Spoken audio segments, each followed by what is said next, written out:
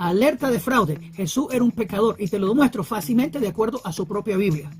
Te voy a dar dos ejemplos esenciales. Para comenzar, Jesús no fue candidato mesiánico porque su mamá, casada con José, salió preñada de otro. O sea, Jesús no tenía afiliación tribal de Judá, David, Salomón del lado paterno, como es la profecía mesiánica para el verdadero Mesías. Pero es una persona con mal temperamento. Inclusive se peleó contra un arbusto. Se puso a gritar contra un arbusto. Jesús llamaba a los gentiles perros y puercos. ¿Cuál es la excusa que una persona anda haciendo eso? Inclusive cuando fue al templo, fue a atacar la área de los gentiles, porque los llamaba a los gentiles perro y puerco, o sea, lo odiaban. Y la gente anda tratando de recibir el amor de Jesús. Te llamaba perro y puerco.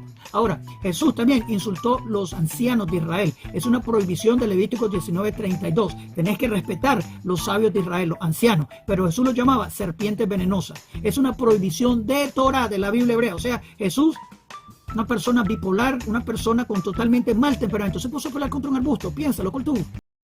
Según este judío, la mamá de Jesús salió embarazada de otros. Vamos a consultar escritos judíos, solamente judíos, que no sean con inclinación cristiana. Según el catedrático judío Joseph Klausner, en su investigación histórica sobre Jesús de Nazaret, dice que esto es una leyenda que inventaron los paganos y Amoraim para contradecir y hacer burla de los cristianos.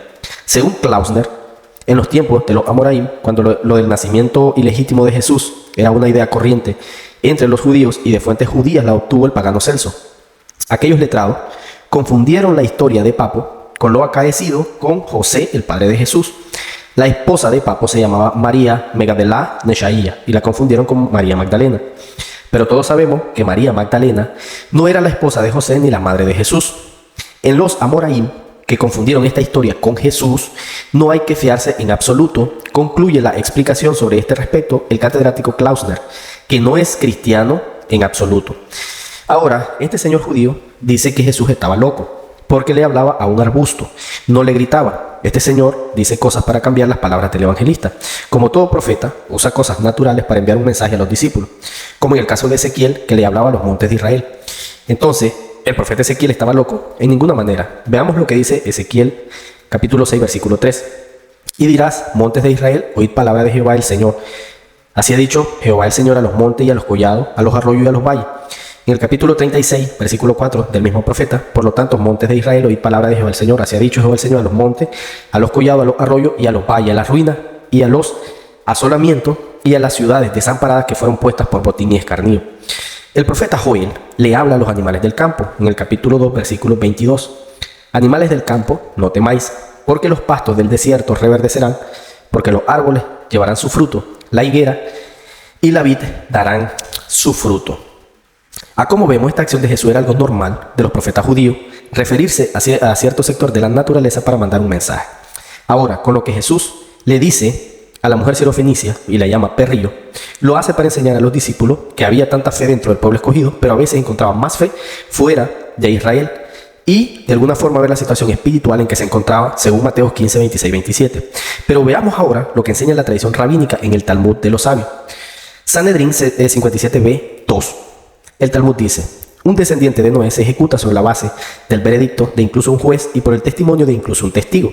En el Sanedrín 57a.22 dice: solo es necesario enseñar la halajá de quien retiene el salario de un trabajador contratado. Está prohibido que un gentil lo haga a otro gentil que retenga el salario y que un gentil lo haga a un judío. Pero está permitido que un judío lo haga con un gentil. O sea, es permitido que un judío le retenga el salario a un gentil. Con respecto al derramamiento de sangre, el Sanedrín 57a.16 dice: si un gentil asesina a otro gentil o un gentil asesina a un judío, es responsable. Pero si un judío asesina a un gentil, está exento. El Talmud permite engañar a un gentil según Baba Kama 113a.21. La Mishnah emite su fallo con respecto a un recaudador de aduana gentil, a quien uno puede engañar, como se enseña en una baraíta. En el caso de un judío y un gentil que acuden a la corte para un juicio en una disputa legal, si podéis vindicar al judío bajo la ley judía, vindicándolo y decir al gentil: esta es nuestra ley. Baba Metzia 24a.14 dice: en un caso en que uno encontró un artículo perdido en una ciudad donde residen tanto judíos como gentiles, si la ciudad tiene una mayoría judío, está obligado a proclamar el hallazgo de lo que encontró. Si la mayoría gentil, no está obligado a proclamar el hallazgo. Entonces, este judío critica a Jesús por decirle perrillo a una mujer para darle una enseñanza a los discípulos. Pero los judíos están en lo correcto según él. Cuando pueden retener salario, pueden engañar, pueden robar, incluso pueden derramar la sangre gentil y apoyarse en que viven bajo la ley. Jesús le dijo generación de víboras a los ancianos, que es una prohibición de Torá. Veamos algunas cosas para desmentir a este falsificador del cristianismo. Primero que todo, ¿por qué cayó el segundo templo? Según la revista judía Morashá, una de las consecuencias de la destrucción del primer templo fue el exilio en Babilonia, que duró 70 años. Fue un exilio extremadamente corto, como un abrir y cerrar de ojos, en comparación con los 2000 años que comenzaron después de la caída del segundo templo. Pero ¿por qué fue destruido el segundo templo y por qué el segundo exilio fue desproporcionadamente más largo y difícil que el primero? El Talmud nos responde: durante la época del segundo templo, a pesar de ser judíos practicantes, los judíos se odiaban entre sí. Eran judíos practicantes. Es lo mismo que dice Jesús en Mateo 23, 2 al 3. Se sentaban en la cátedra de Moisés, así que Jesús le enseña a hacer todo lo que enseñaba. Estudiaron la Torá de manera correcta, siguieron sus leyes e incluso realizaron actos de bondad y caridad, pero se odiaban y difamaban unos a otros. Albergaban resentimiento y se regocijaban con las desgracias ajenas. Pareciera que Jesús le reclama lo mismo en Mateo 23, 5, que amaban ser vistos por los hombres, y en el versículo 14 Jesús les recrimina que devoraban las casas de las viudas y como pretexto hacían largas oraciones. Nuestros sabios entonces concluyen, la revista Morashá: si la duración del exilio es una medida para evaluar la gravedad de un pecado, el odio entre los judíos es peor que ofender la Torá y cometer los 3 pecados capitales. El odio, según esta revista judía Morashá, era una característica de los judíos. Jesús les dice que tienen el vaso limpio solo por fuera, que deben limpiarlo primero por dentro. Y son como sepulcros que por fuera están hermosos, pero por dentro llenos de inmundicia. En este contexto le llama generación de víboras. No es lo mismo que dice el Talmud, que se odiaban unos a otros, pero aparentaban el celo de la Torá. Maimónides escribe que la Torá fue dada para establecer la paz en el mundo. Su propósito es acercar a los judíos a Dios y también acercarse entre ellos mismos. Es cierto que cuando alguien, por despecho, indiferencia, más que por falta de conocimiento, no bendice la Torá, la ofende. Pero cuando un judío odia a otro judío, su acto es mucho peor. Niega la Torá, ya que invalida su objetivo. Además, el odio entre judíos es una afrenta a la unidad de aquel que nos dio la Torá. Así los acusa el Rambam a los judíos del segundo templo como invalidando la Torá y su objetivo. Rashi, el comentarista clásico de la Torá, escribe que cuando fue entregada la Torá en el monte Sinaí, los judíos estaban unidos como un hombre, con un solo corazón. Fue esta unidad lo que lo hizo digno de la revelación de Dios y el otorgamiento de su palabra. El momento más importante de la historia judía ocurrió cuando el pueblo se unió. No sorprende entonces que el peor acontecimiento de la epopeya judía, el día de Tisha B'Av, en el que se destruyó el segundo templo, lo que llevó a los judíos a su exilio más largo, que ocurriera cuando prevalecían las luchas internas y la desunión entre nosotros, dijo Rashi.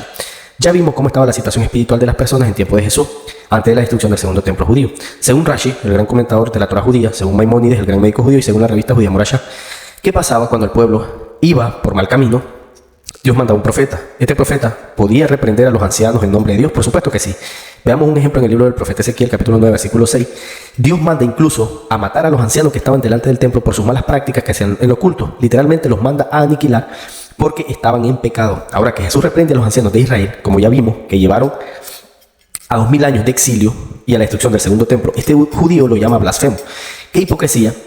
Y que vimos que los grandes comentaristas de la tradición judía dicen que el pecado de Israel del primer siglo era peor que el que se cometía en el tiempo de Ezequiel.